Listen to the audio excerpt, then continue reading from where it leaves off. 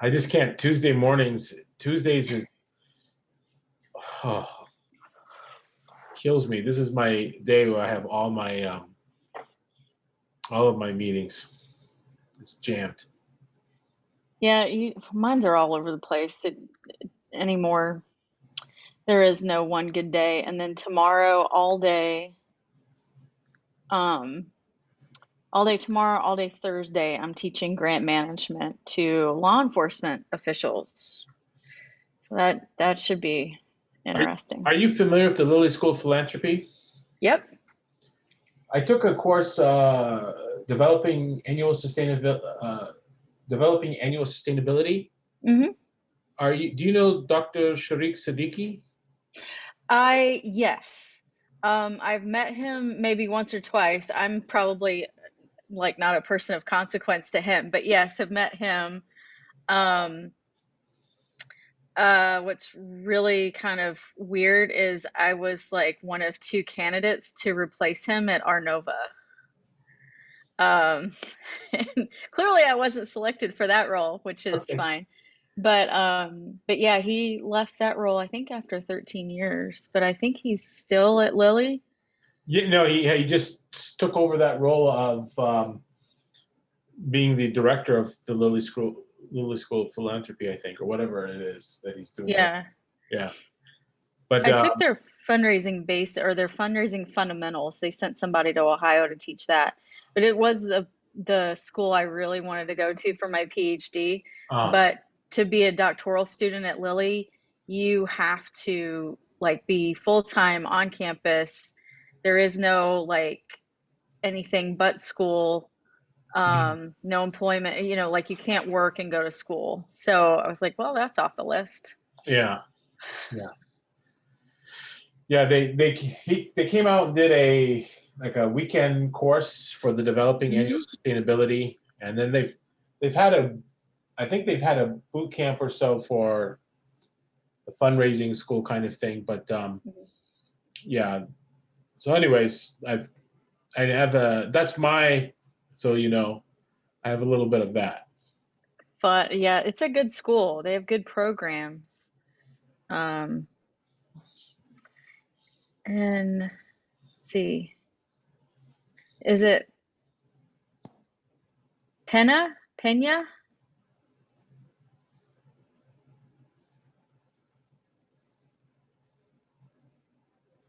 Well, she might be frozen.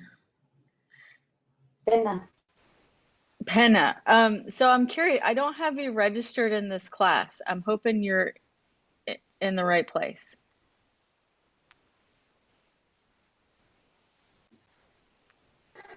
I don't know, Do you know but who I've you're in? received some information from this class. Okay, I can check with Kelly to make sure that you're in the right place.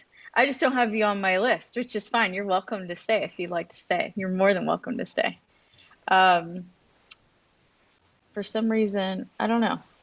Um, but I'll find out tonight, tomorrow.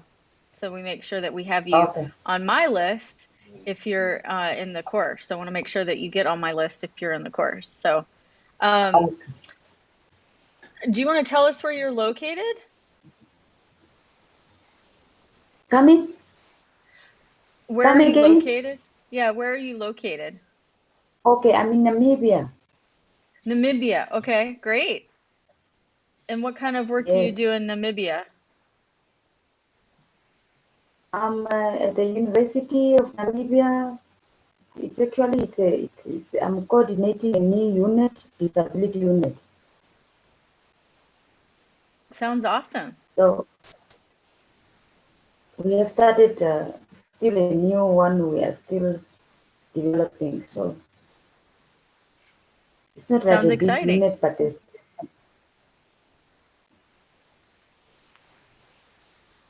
Well, can you hear me? I can hear you, like you cut out a little bit here and there. I can hear you. There probably is like a little bit of a connection issue, but I can hear some of what you say. No, I was saying the University of Namibia, the unit, I was actually teacher, professional special schools. But now they have started integrated program which are now assisting there.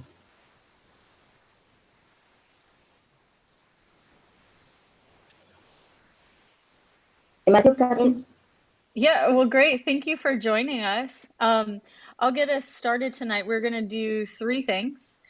The first of that is making sure that you all are able to access Moodle and have been in there, and show you where you can go if you happen to miss a class, the makeup policy and all that kind of stuff. I want to go through the first lab assignment that I emailed on Sunday. It's also in Moodle, and I can put in the chat. And then I've got questions that we'll have for about a 30-minute conversation. So hopefully that sounds like a good plan for everybody. I am going to share my screen. Let me bring over Moodle for a second before we go into the lab. I was just playing around in Moodle. In Moodle, let's see. And of course, I've got editing on. So this is now a university-wide attendance like makeup policy, which is really kind of nice. It makes everything consistent across all of the classes. So if you happen to miss a class, the recordings will be available in Moodle. They should be available there 24 hours after the class. And then from there, you have 72 hours to actually watch the recording and make a posting in the class forum. And you'll find that in course communications, and you've got that course forum there where we've got the Zoom makeup. So I just wanted to kind of clearly lead you all through that so you know where it is in case you ever have to miss, like Austin isn't able to join us tonight. He's not feeling so hot. So just to show you that. So then I want to go through the lab assignment. Did everybody see where that either came through your email or you could access it in Moodle? I'm also going to put it in the chat. Had a little bit of trouble with that. So in accessing Moodle, Robert, or in email, or both? Probably both. Okay. Just a couple of hiccups. I think I'm in another class and I could do everything and see everything with it. I could somehow and it could be that I was just I'm across a few different things. I'm on a iPad. I'm on 2 computers. It could be that something's awkward where I was trying, but I was on the iPad, which found to be pretty good at doing the readings and things like that. Uh-huh. And I was trying to get I was kind of getting nervous. I was like thinking, well, am I missing an assignment, or is there an assignment due today? No. I clicked on it, and that's good. Otherwise, I clicked on it, and I couldn't. It might just be. It's probably just me, honestly. But Okay. somehow I couldn't get anything. Okay. When you have a chance to go into Moodle, so Moodle does look differently between, say, pulling it up in your web browser versus the actual app. And even when it comes to the app, like I'm on a learning curve with that one. So it does look different. It does function differently. I'm just showing you like my Moodle online versus my Moodle for desktop. So that's my Moodle for desktop. And then this is our course. So it kind of looks the same. It kind of looks different. There have been issues. I know Kelly told us today there have been issues with actually using the desktop app. So I've kind of not used it much. I've just gone directly into the course itself. But if you go in, say in the next 24 hours and check to see that the course is there for you, if you don't see it, email me and Kelly and we can make sure that you're in the right spot. Yeah. I'm gonna Awesome. try to get on the iPad even as we are in class to see if it goes. Okay, awesome. So the lab in Like, so if you are in Moodle, oh, where did I put it? So you all can see like stuff with this that like aren't there, but for you all. But there is the lab. It's been uploaded here somewhere. I thought I uploaded it here. File. Where's that Okay. file? I'm wondering if I have to fix something now too, because you should Yeah. see it. But it did come in email. I did email it to you all. And then it's in your chat box too, as a Word document. So you should eventually see this. So your first lab, again, we'll have 3 labs for the semester. This one is due in a month, so like not tomorrow, not today or anything. It is due March 13th, and I'm going to walk you all through the 4 activities of this that creates essentially a paper, but paper sounds boring. So it's like a single artifact submission. And kind of the quickest summary, you all are going to be interviewing a leader in your community. So the first big piece is to define your community. So I've got that here in step 1 of the activity, and then step 1 is your artifact. If you've not done or had the opportunity to do a community lab assignment in this program, if this is your first kind of entree into this, we break it down into steps, and there are things that you do and there are things that you have a quote artifact for. It's essentially the item that is produced from you doing the activity. So step 1 is defining your community, which we're actually going to talk about in the discussion questions for tonight as to what defines your community. And you are a member, everyone is a member of several different communities. You know, our class being just one example of a community. So you're going to define what that is. And so I've given you some guiding questions as to how to think about your community as a group of individuals, and is that geographical based and or like the work that you do and or common goals, and that's going to be in our discussion tonight. So identify your community, and then you're going to identify a leader in your community that you would like to interview. For some of you, this might work a little backwards. You might have somebody in mind that you would like to interview as a leader, and maybe you have to think about how are they part of a community and that I'm involved in, and so what is that community? What does it look like? So I'm putting it in the steps in which it should take place, but sometimes we work a little backwards. So you identify a leader, and in your artifact, you're going to tell us a little bit about this person. You know, who are they? What do they do? You can ask for bios. I give you some suggestions in terms of asking them for information. I will mention too, in like step 1 in actually writing out a description of your community, it should be at least 2 paragraphs. I constantly, get the question of, well, how long should this be? So at a minimum, 2 paragraphs for describing your community. Would suggest no more than 6 paragraphs, which is about a page and a half if you single space it. Somewhere around there. So then we go on to describing this person. You should take about 3 paragraphs to tell us who they are, the relationship you have with this person, how you work with them, how are they part of your community, or what's their role in the community. And then you actually conduct the interview. So what I've got here in the lab assignment are some starting questions for you. And then you all need to add 3 additional questions on top of these, which will really, I think, be driven by who you're interviewing, driven by the context that you're in, the work that you're doing. These are a little bit more generic about asking about someone's leadership role, who they are, why they chose the leadership role that they're in. So add to those and literally conduct your interview. So what I mentioned up here too is that the interview can be conducted in a variety of ways. This may not be someone that you're right down the street from, or someone that you work with, so you may not see them on a regular basis, kind of deal. I intentionally did not put in here about conducting the interview in person because we're in the middle of a pandemic still. There are some people that do work with the leader that they would like to interview. So I did not include it because I did not want anybody to feel like either pressured or stressed that they should meet with somebody in person. That is definitely not required here.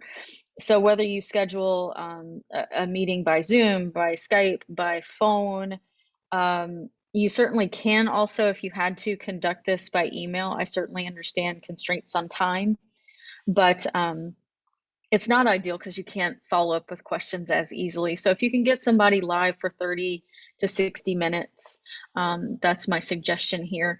And when you are reporting essentially out your interview, you're going to have literally just question and answer,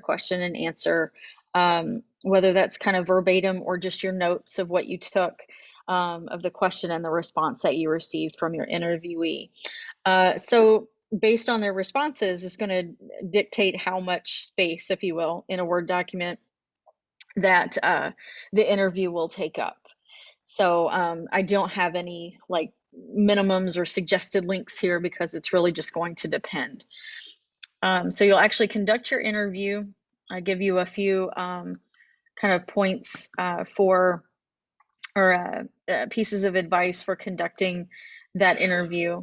And then really the main point here, the biggest piece then is to describe the insights and the meaningful kind of nuggets of information that you took from the interview. What are the most important pieces that you heard, that you were able to interpret from what they shared? And that interpretation, that insight sharing should be about 4 paragraphs at least. You certainly can take longer in describing those, but I'm providing just a suggestion of a minimum of 4 paragraphs to take from. So that's why I think with your questions, and you can do follow-up questions, it certainly lends itself to a lot of content. I was just sharing this morning that even if not in a formal interview, but a kind of leadership lesson that I took even from a conversation that I can't even remember who it was with so many years ago, was that as a leader, this person would never ask someone, whether it was a peer, a supervisor, or someone they supervised, to do something that they were not willing to do themselves. And that for me was like a leadership lesson there that I have used my entire career to say, okay, whether it's a volunteer role I'm in, whether I'm an employer, I'm an employee, I'm not going to ask someone to do something that I would not do myself. And I've consistently used that. So that was just one lesson I took out of conversation with a former leader. And it was, of course, so long ago, I don't remember who that person was to credit them with that perspective. But what are the key pieces that you take away from the interview that you think are applicable to your leadership style, or something that was even a lesson from what they've learned in their leadership role, to use, like how to apply it to your role as a leader, or when you change leadership roles, or even if you're not, say, in a quote title role as a leader, how do you lead from behind based on what you might have learned from this person? So relatively compact assignment. You will notice, so it is due on March the 13th. Is that a Friday? I don't think it is. Now I'm kind of wondering. I'm like, I hope that's not a I Friday. think the next No, but Friday 13th is some kind of summer month. I just happen to Okay, know that. good. I was like, oh, that's kind of ominous. last All right. March it was Friday the 13th, though. Just Yikes. having to point that out to everyone. Yeah, kind of worried now. Okay, it's a Saturday. Yeah, Perfect. Saturday. Awesome. Yeah, because that's priority, folks. It's whether it's the 13th. So you've got about a month, and in the lab document itself, I make some suggestions so that you at least have some milestone dates in mind. This is not, of course, at all required, but I do find with some students, they get anxious around assignments being due and making sure that they're making progress. And so I've put in here 4 dates to kind of keep folks on track.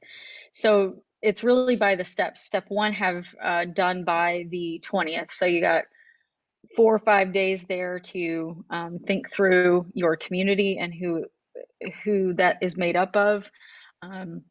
Identifying your leader and setting a date before the end of this month, conducting your interview in that first week of March, and then finishing up the rest of your artifact with your insights and lessons learned there. So again, just suggested dates if you're trying to manage your time and trying to fit things in, but just due on the 13th. Now that can be, did have the question this morning of, what kind of format that's in, and it's somewhere in here, but it's a single document, whether that comes to me in like Word or as a PDF, as long as I can open it, to be quite honest, that's all I really care about, is to be able to open it. There is no formatting requirements other than including the assignment name and your name, so I know whose it is. That's pretty basic. If you want to make it double spaced for, whatever it takes for you in terms of formatting for it to be organized, that's all I ask for. I don't say like number of pages or anything like that. So if you want to get creative with it, by all means, please do. But nothing is required there other than I can, as long as I can open it. Somebody asked about the ePortfolio. You certainly can put it in ePortfolio if you'd like. To me, the ePortfolio is not user friendly. So, and to me, it's one more piece of technology to like be messed up and not work. So sometimes I feel like just a plain old Word document is simple enough, or a Google Doc, whatever. But if you do want to use ePortfolio, you certainly can submit it through ePortfolio as long as I can access it. That's all that, is really needed there. So questions about the lab?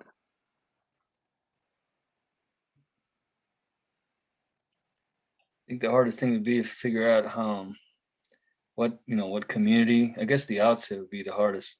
If anything, everything else seems pretty straightforward.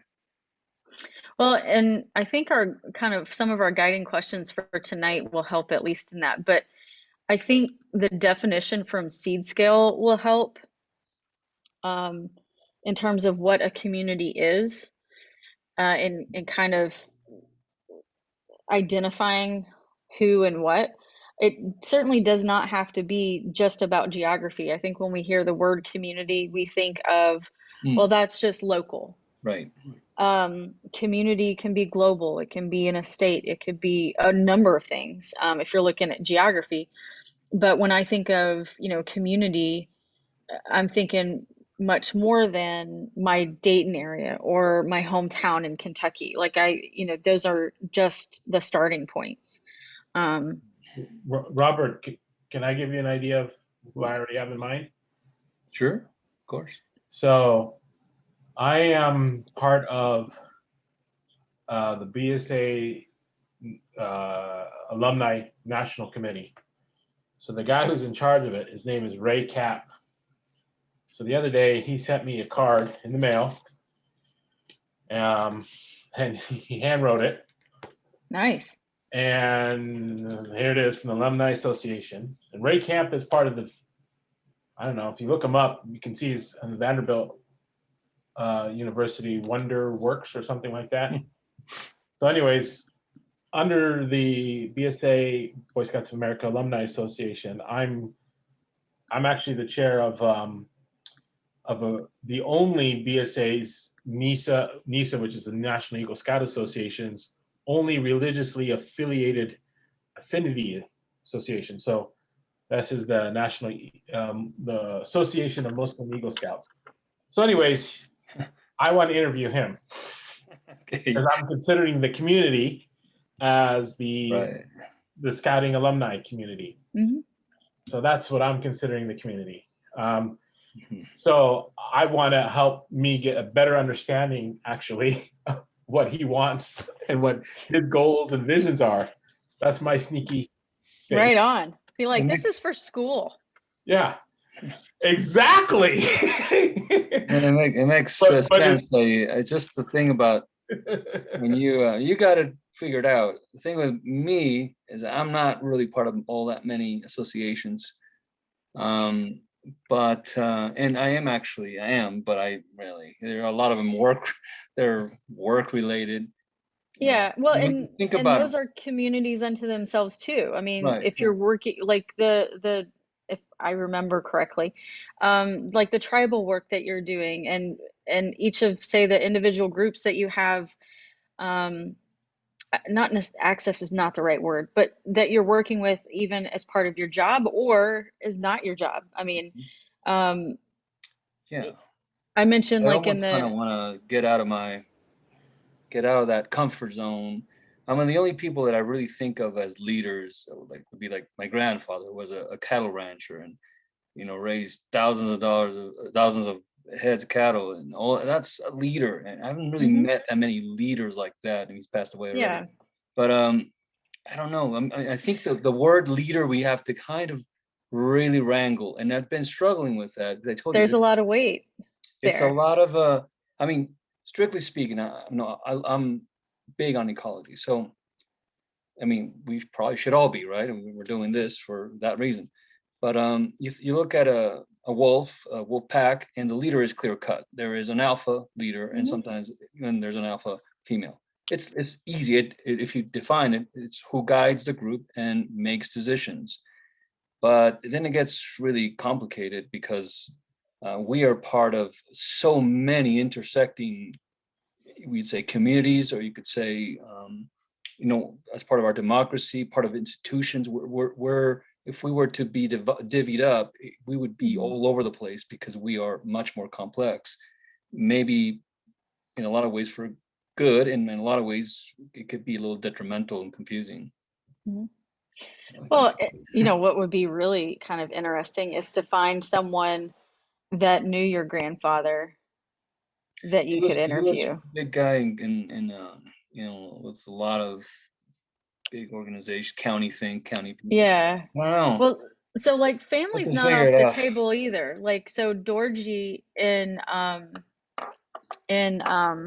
Bhutan is actually going to interview his cousin. I think is a distant cousin, so not like, hey, we grew up together, that kind of jam at our grandparents' house. But his cousin works for the country's like agriculture department, and he's looking at, some of his research work right now is in ecology, is in environmentalism, is in these issues, and he wants to have a better perspective from a country level, not just city level or Mhm. state level. What is the country of Bhutan's plan for some of these issues? And so that's who he's going to interview, who just happens to be his cousin. Um, so That's it pretty good. I'd certainly love to isn't have a right. It cousin like certainly that. The thing isn't. is, and I think, I appreciate that you've given us this much time to think about it, because obviously it can be, for some it can be clear cut, and for some might be figuring out. The people I think of leaders, I have to start to think, I think in a lot of the organizations, like in government, leadership is a lot by committee, and it's really, you don't in fact, you see a lot of don't well, you know Mhm. what, I'm just going to speak for you see a lot of lack of leadership. You Yes. see a lot of heads, and I have wanted to actually get in touch with you. I'm going to write you perhaps an email that's well thought out about an example which I'm dealing with right now where I live. There was a trail, and I'll be very brief. There was a trail here with a canal runs through it, right alongside it, and it was kind of a place of solace during all these lockdown months, because we couldn't go anywhere here in Colorado. Mhm. We couldn't even go out of our county, and I happen to be in a county that you couldn't go to certain other counties, and it Mhm. got really strange. Um, and a, just a month or two ago, the canal, which is an entity of itself. So there's three entities I discovered in interviewing people. There's a lot of people that are upset with this, what happened here. There's the parks department, there's the and there's probably our city ward, or kind of like a city mayor ward type politician. But none of these people are talking to each other. In fact, they're all at Discord, and I discovered this by talking to all of them. The canal people, they came through and destroyed many trees that had grown for a long time. Beautiful trees. I have pictures of them, and I have pictures of what it looks like now. It looks like a devastation. It looks horrible. And they had no consideration about the people that live here. And people gathered around the guy that was busting him down and asked, what's going on, and the guy was just kind of lying out his teeth.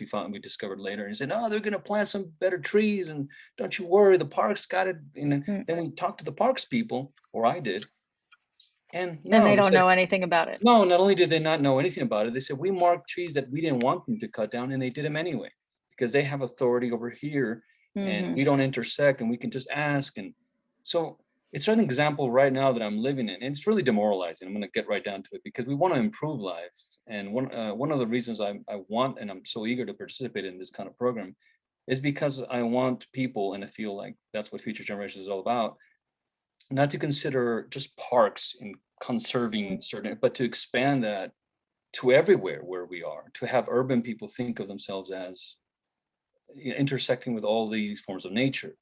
And here we go in a clear example of just happened a couple of weeks ago, totally demoralizing, where we just have mud and garbage and debris and felled trees, and it's it's not just about aesthetics. It really is affected the birds, affected the squirrels, went all the way over to the residential areas because they had nowhere else to go. So they're making holes everywhere. So none of these people talk to each other. And so what I see is a lack of leadership everywhere. And I don't see leadership. And I know that we're meant to develop that as grassroots people or whatever we're going to do. Right. I don't know. I wanted to share that, and it ended up being very long. I apologize. No, it gives important perspective and kind of thinking. But I think what you've just shared too starts to put up at least defining pinpoints of community there. So if you're thinking of, say, just the subgroups or the separate entities that are involved in that single situation, and you live in that area, but you're being affected by all of these different groups, the group that is affected, that includes you, is certainly a community. But when you think of, okay, if I go strictly back to the seed scale definition of community, any group that shares something in common. So you and your neighbors have had land devastated close to you and don't have a solid answer from a jurisdictional nightmare of failed leadership and failed communication. No communication whatsoever. Right. So then is there some sort of potential for acting together, or is there some sort of shared goal there to fix it? And if there is, then who is the leader within that solution that you might so it's very very specific to the instance that you're talking about, but is there a leader within in the group that has been or seen an injustice and trying to fix it? Maybe that's you, maybe that's somebody else. And it's what's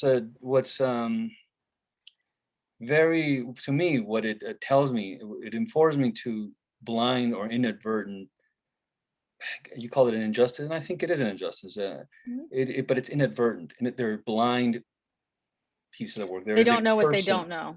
Exactly. You've got somebody who's been commissioned to get a lot of hours billed to do the work that he doesn't see any problem, and that's his job. That's what he does. And then there's people that, the parks people, we're helpless. I talked to a supervisor. They're like, what's going on? I mean, are you guys gonna? Is there a plan to? I mean, I even volunteered. I said, volunteer. Let's make it prettier. I mean, it's ugly. Yeah, and I mean, it looks. I'll show you. I'll send you some. It looks like from what it was before, wasn't all that great. No, negligent, still injustice. But it looks horrible. Useful. And it's an urban area, and it's actually an up and coming. It's not. Houses here are worth so much, and everything. It's so surprising that could happen. especially in Colorado. That's kind of mind-boggling. But you can kind of do this kind of There's a lot of mind-boggling things in Colorado. little Denver area doesn't have a recycling program, for instance. That's mind-boggling, right? mind-boggling. Mind-boggling. You can do what Rashid is doing and kind of this covert, like, I want to know what this person has in mind. So I'm going to say, hey, I my wish I had. classwork requires me to do this. So That's what I what's was there to thinking. say I that want I'm to doing this interview for the school excuse. Canal It's Highland so guy. great. I want to Well, interview the Highland, like, what why brought not? you? But kind of like, obviously, it's very difficult because there's an emotional part of it which we don't want to project because it doesn't get us anywhere. We want a discussion, and there is an absence of any dialogue. And there are obviously stakeholders, there's people that are, it's not just aesthetics, it's a way of life. And it's magnified by the fact that we've got to just be here all the time now. And in a way that's good because it's got people to thinking, well, even I myself had a long commute and I didn't think about where I lived all that much. Just go to the mountains, like all the pretty areas. I don't think about my immediate residential area, the heck with it. I mean, some parks and whatever. But now I do think of it more. Now I'm more invested in my community than I was before. And this probably is a person that doesn't live there that, yeah.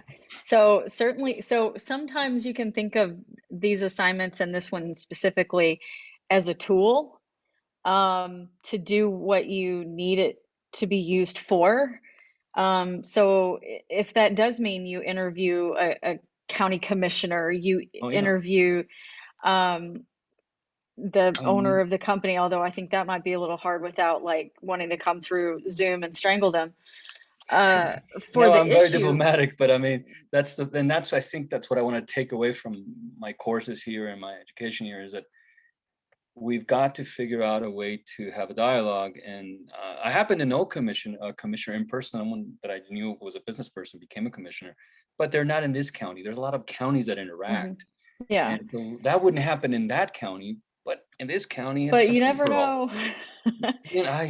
But that's another idea too. So maybe that's actually another avenue you can go. You said that wouldn't happen in that county, so maybe that's another thing. Like, why wouldn't that happen in that county? So maybe what works so well over there. So by interviewing and then understanding what's the great leadership that's happening in that county, what's the good lessons learned and that kind of thing. Yeah, the positive ending, of course. Yeah, and finding out good information, and then I like that. Yeah. So I like that because it's like I could interview maybe the open parks person or somebody in the Boulder County, which is a county that well, it's Boulder. Yeah, well, but most of Colorado they really love nature. Larimer County. And they have really make money on it. That's they make money, but they also it's part of living here. But there's other counties that are sadly behind that kind of vision, and it's not because the people don't want it. And I think it's because these people I think have been forgotten. It's kind of like they're city people. It's okay. They don't mind if all their trees look like asparagus. It's right. fine. It's okay to victimize for those that may not think or make assumptions. So you learn from a system that's actually working well, and then you go because.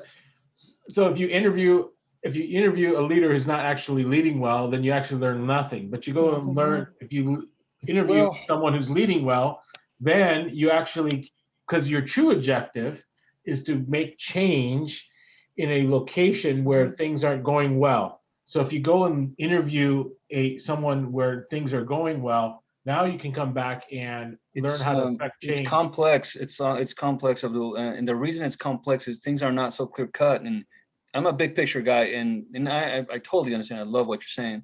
Yeah. It's not clear cut because first here's the reason why it's not clear cut.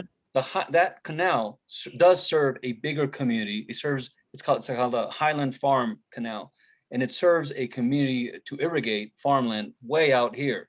Way north of here, and in Will County. First course in Robert? In Adams first County. Course in Future Generations? Yes, it is. Yes. Oh, okay.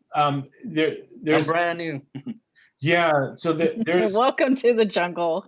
So there's. I'm very happy. Well, the reason I say that because there's a course that you will get later on 601 course, Mm. with this the basic C scale course. I'm taking that right now. Oh, Wait, no, okay, Good. great. no, wait, I'm No, not. No, no, you're in the I'm in the social impact. research. Sorry. Yeah. No, but see Okay. that one, Yeah. I'll have that one the next round. Okay, Yes. so 601 will make it a lot of difference okay, too. so what I'm getting at is when you get that course and you combine that with what I'm suggesting now, then you'll see why I'm suggesting this. Yeah, I think. I think for the So- purposes of this assignment, we're focusing on profiling a good example, obviously, of leadership. Yeah, but then Whereas in my own personal, Preferably, I can't see but anybody doing anything well right now. but you'll see I'm what sorry. what I'm getting at is you'll get the theory of C scale, and then when you learn how to implement the C scale, it'll start it clicking changes. why I'm saying about this Yes. whole thing. That's why I'm suggesting it. I agree. Yeah. I just and I would love to know how to Because it's learn not how to something approach. it's not something you're gonna make change in a day, right? Or a month. No, of course not. And I mean, the biggest thing is that what I want to do is figure out how to get a dialogue started and get a forum and have these places connect, and it's very and very respectfully, because there's a lot of heightened emotion in our world, and it's always been like that, especially when here in Colorado, here in the West. Actually, I'm not even gonna say Colorado. Between farmers, ranchers, it's like the old West in a lot of ways. Yeah.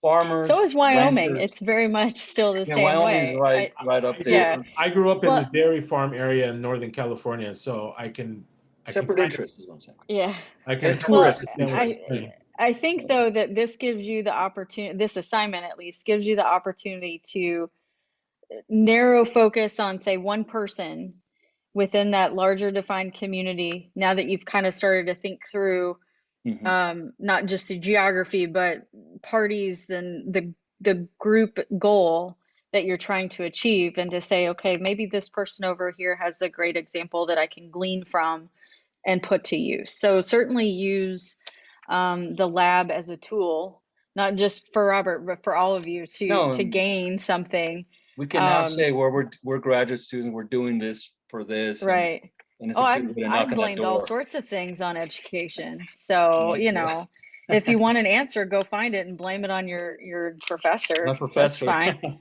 fine.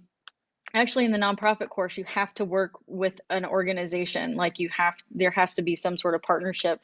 And I've said, yeah, throw me under the bus. You tell them to call me if they've got a problem with the questions that you're asking, because I told you to.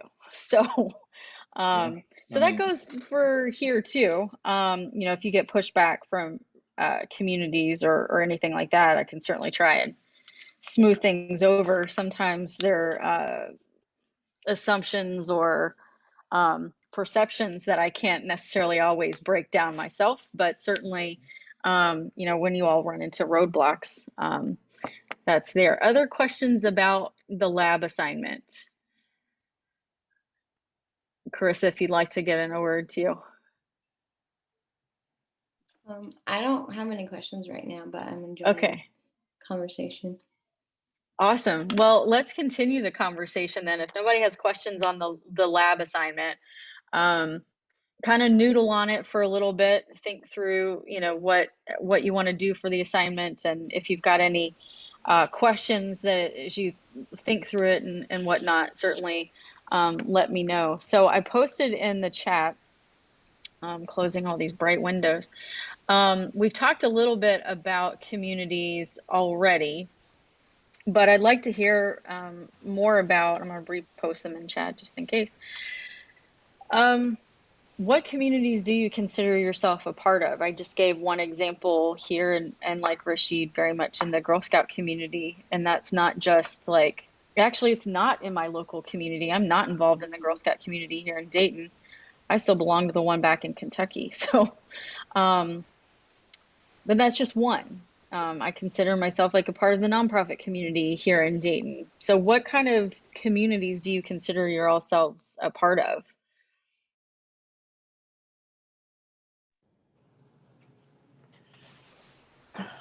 Yeah, quite a few. Military veteran community, the scouting community, and scouting that can be complex for me because I'm on so many various committees and various levels. So for example, when you said you're like in the Kentucky, so I'm actually registered in 2 councils, the Transatlantic. Same, yeah. So Transatlantic, because I'm actually the institutional head for 3 units that are in Doha, Qatar. And then I started several units in Fairfax, Virginia. So I'm actually no longer I've backed out of that, but I still have quite a bit of influence in those units. But I'm now the vice president for religious relationships for the National Capital Area Council. I'm at the national level. I'm on the Messengers of Peace Committee. Messengers of Peace is actually a worldwide program, so I have influence in the international affairs for Boy Scouts of America. And then I just mentioned to you the National Eagle Scout Association. So there are 2 national level organizations. Right. So a lot of different roles in a lot of different groups with. And then I'm also the executive director of the National Association of Muslim Americans in Scouting. So so that's with a lot of the same goal, right? I mean, they all have the same there's a lot of kind of work. Yes, exactly. Yeah. Exactly. Carissa, yeah, exactly. It's the juggling hats. Totally get it.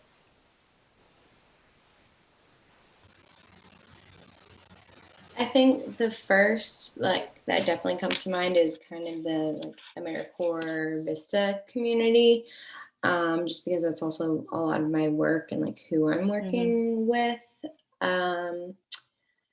Recently joined, environment.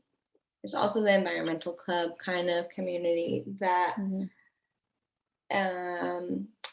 my chapter is the Delaware chapter, but Rhode Island, it's Climate Reality. I don't know if anyone's familiar with that, but I joined with the Delaware chapter, but Rhode Island actually just started a chapter. So I'm hoping to kind of either stay with both because it's the same bigger organization, but make more connections with local people. Yeah, it's kind of like a whole Venn diagram going on of yes, there's the local, but then, a greater national, your community is several things within one organization. Yeah. So definitely with that. And then I feel like there's always still the student aspect, but just even trying to figure out what communities I do belong to or what I want to belong to and what I want to be the priority, because even I'm thinking, and I guess maybe civic service type of yes, there's the higher ed piece because I'm a graduate student, but I'm also working with one of the centers at Brown. So it's I would like to be involved in that community because the students, but maybe not as a Vista. So there's all this overlapping, but wanting to figure out is that do I enjoy that overlapping or would I prefer to just kind of be in one different place? Well, and community can be defined, in so many different ways, not just one single organization, but when you think of something in common, of, one thing that you all have in common in terms of, say, service, that's a pretty broad community when you think about it, even though you're in one organization that's a tiny sliver of a broader community of human beings that enjoy doing things for other people. Yeah. But if you kind of sort of wedge it down, you can define your communities in a lot of different ways besides just the geography and the organization. Something in common feels like can be pretty broad. But if I say I affiliate within a community of people who want to empower women into employment, into jobs after treatment for substance use disorder, that's a pretty narrow community, right? Of folks that are wanting to see women succeed after substance use disorder treatment and are looking for employment. So there are a lot of ways to define, but it's very interesting, the large national groups and then the local chapters, right, that you're finding yourselves in. And then at what point do you exit from a student-based community? Exactly. Yeah, Do so that's you why I'm ever?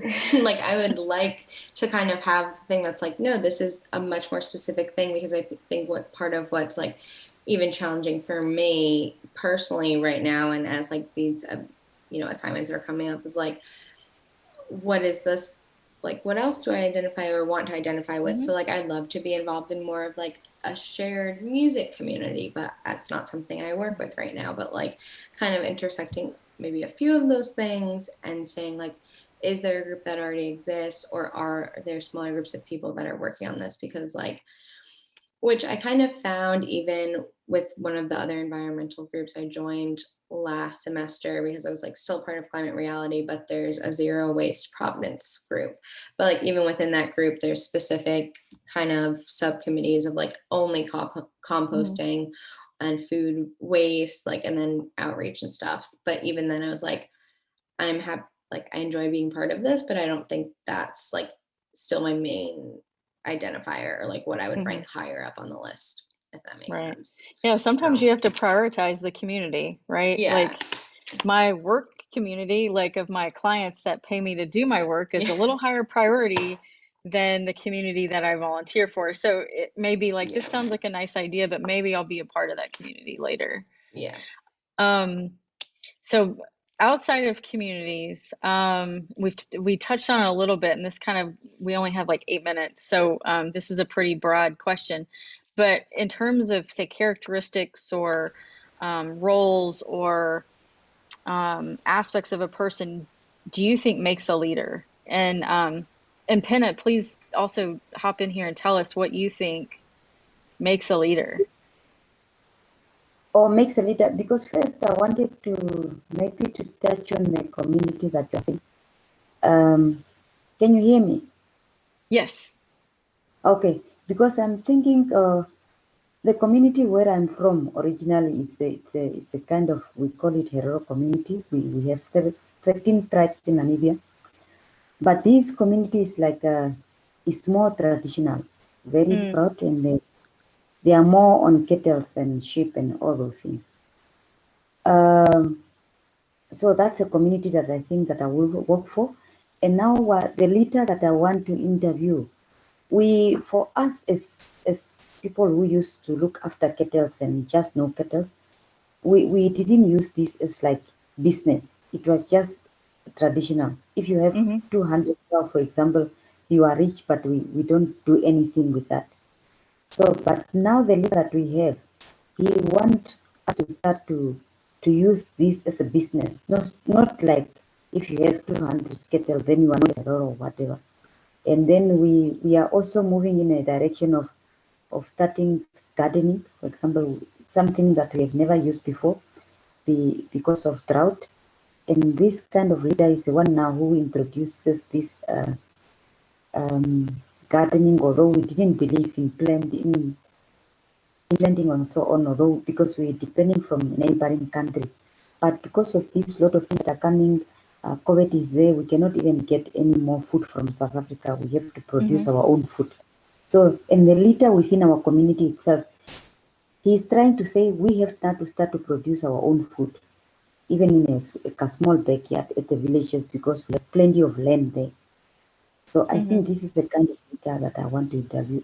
I don't know if I'm in that direction.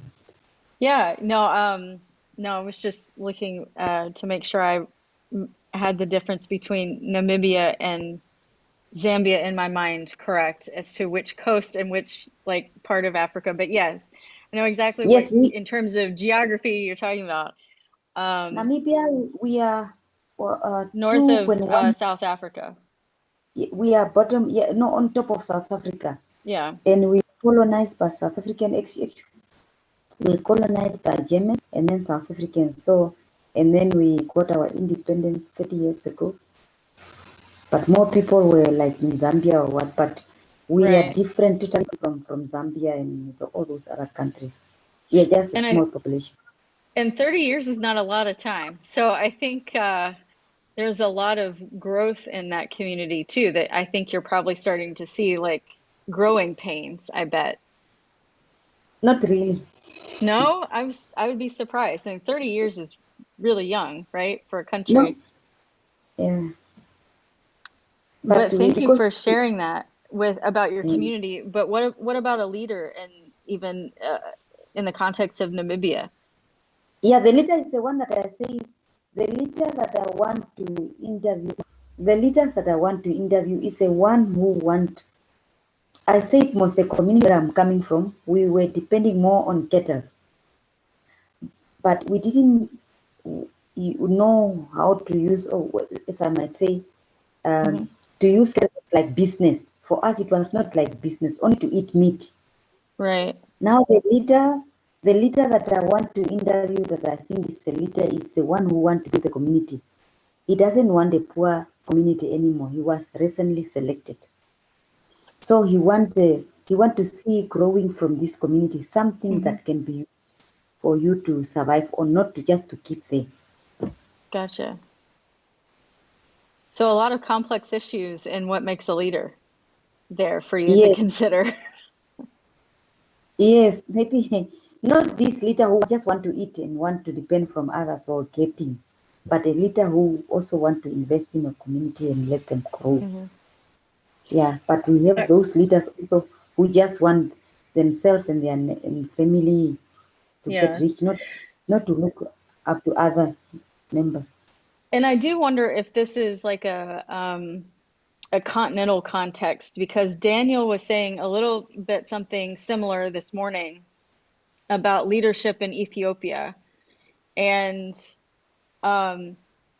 to be a leader, the resources that are required for you to be a leader. Like if you want to be in a leadership role, you have to have the money and you have to have the time and the ability to be in that role before you're ever considered to being part of it.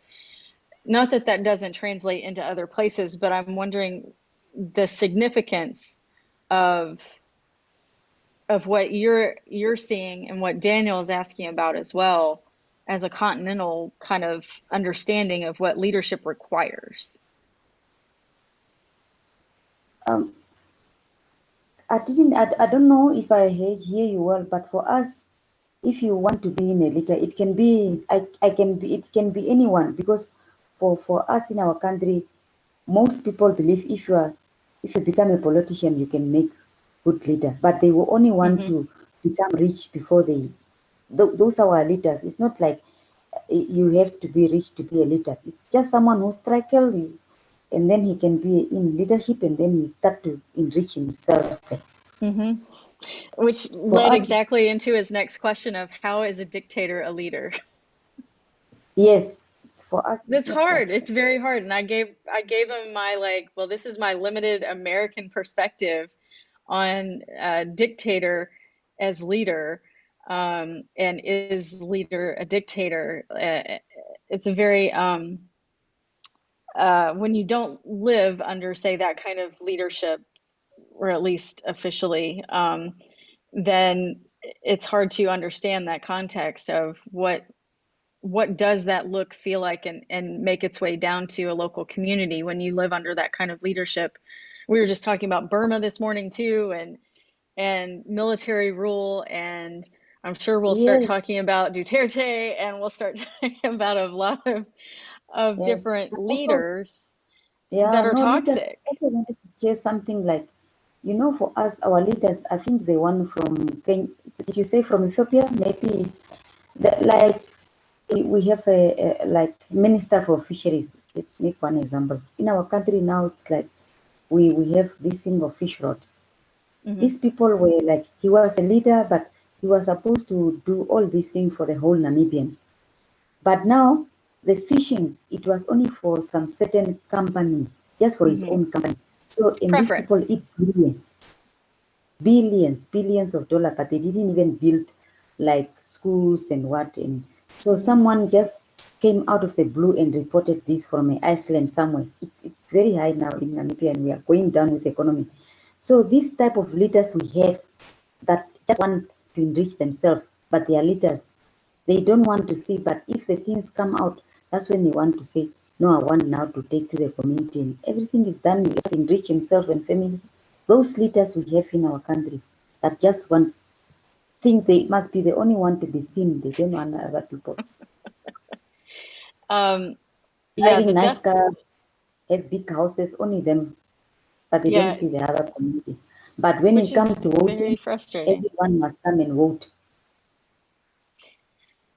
Well, I think a lot of interesting perspectives on leadership, or say lack thereof, shared today. There's one of my favorite writers is Frank Herbert from Dune. He had a good quote that says that, and it, there's leadership, but then there's power, right? And he said that power attracts the corruptible, or something like that, which is I think it speaks to what Ms. Kanji was saying. Yeah, it is hard. It's not an easy question sometimes these days of power versus leadership, assumed leadership versus sometimes deserved or earned leadership, and sometimes a role does not therefore make a leader, right? So a lot to digest, but thank you all for the conversation. We're already past our 8 o'clock Eastern. So if you all have any questions about the lab assignment, please do drop me an email, or I can jump on Zoom anytime. Well, not anytime, but a lot of different times I can jump on Zoom to answer questions. And I think we'll have some really spirited conversations as the weeks go on. I'll be posting a lot of things in Moodle, and we'll also email you when those things go up. And a lot to think about, hopefully. Good things as we make progress towards goals, right? Not just the things that we struggle with. We can find solutions, or at least find people that have solutions. Yeah. So thank you all. Unless anybody had any other comments, I'll let you go. I apologize if you caught me yawning. It was a long No, day. it's fine. It's been a long day here too. Yeah. I completely understand. Sometimes by 7:30, I think we're all going to get a little punchy some weeks. So totally understand. Thank you. All right. You all have a good week. Bye. Thank you. Thanks. Bye. One thing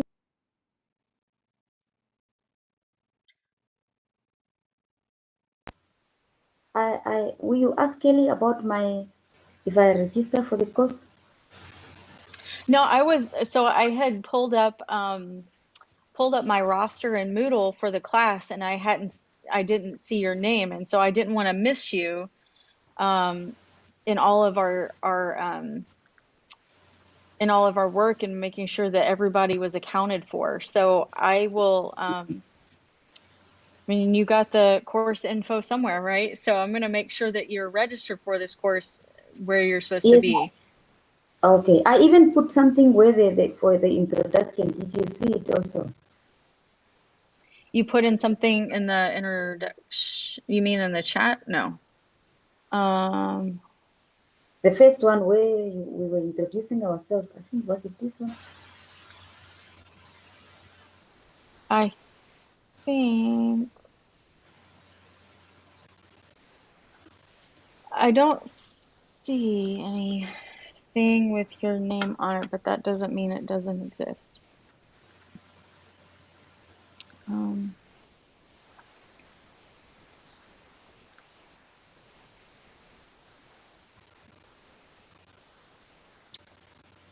Isn't it? Yeah, so I don't see you on my list at all. So that's why I'm concerned. I want to make sure that you are on the list where you are supposed to be. I'll fix this. I'll touch base with Kelly. I'll drop her an email tonight, and Okay. to make sure that you're added to the course. Obviously, you have the info if you're here. So, and want to make sure that you're getting credit for everything too. Okay. Thank you, Doctor. You're very welcome. Thank you for joining us. Let's see, it's probably very, very late there then. But it's a good time for us because that's the time that the internet is working. Because for Gotcha. us, we have only one server in the country. So this time, most people are sleeping and at least one can get.